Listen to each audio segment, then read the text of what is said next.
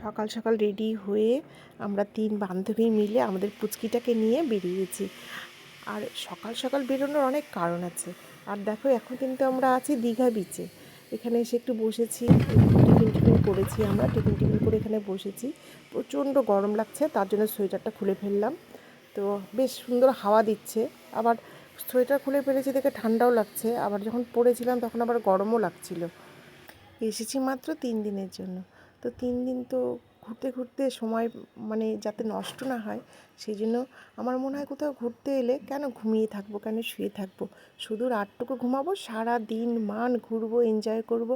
দেখো আমার বান্ধবীর সাথে আমার ড্রেস কিন্তু কী করে ম্যাচিং হয়ে গেল এটাই আমরা দুজনে ভাবছি।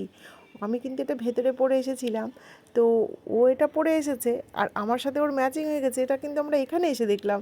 এ অদ্ভুত একটা না।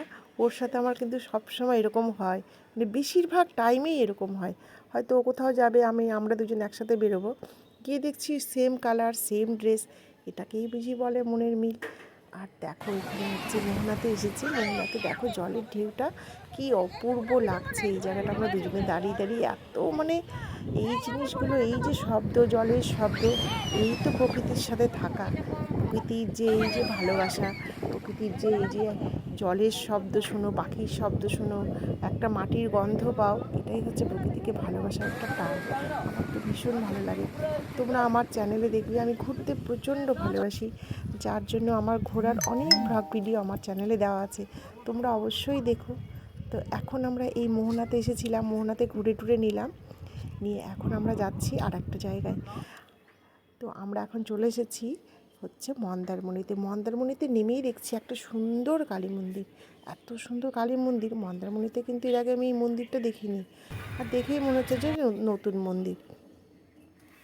মন্দারমণিতে এসেছি ঠিকই বন্ধুরা, এতটা গরম ভাবতে পারি না।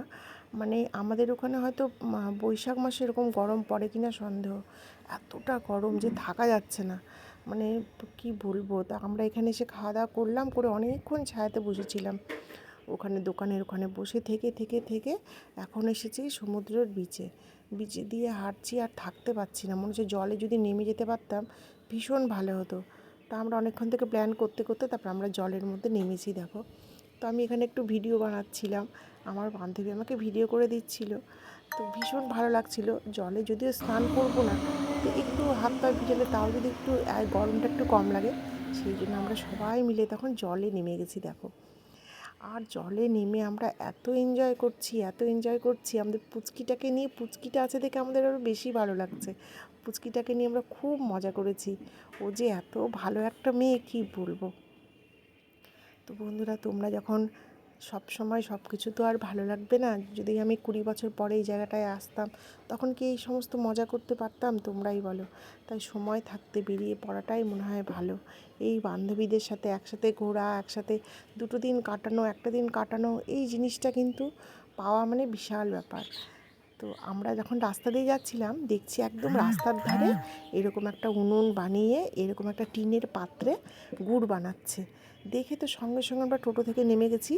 আর টোটো যে দাদাটা ছিল সে বললো এটা একদম খাঁটি গুড়, সকালে ওরা রস নিয়ে আসে, রস নিয়ে এখানে তৈরি করে সারাদিন ধরে। এরা এখন বাইরে থেকে এসেছে, সেখানে এই রসগুলো নিয়ে নিয়ে এরা গুড় বানায় ভোরবেলা থেকে।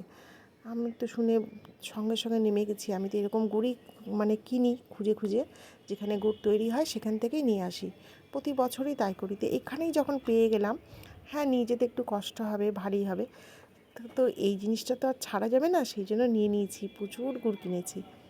এখন চলো যাচ্ছি হচ্ছে শঙ্করপুর। নেক্সট ব্লগটাতে তোমরা অবশ্যই দেখতে পাবে সেই শঙ্করপুরের ভিডিওতে। চলো আজকের ব্লগটা এখানেই শেষ, চলো টাটা।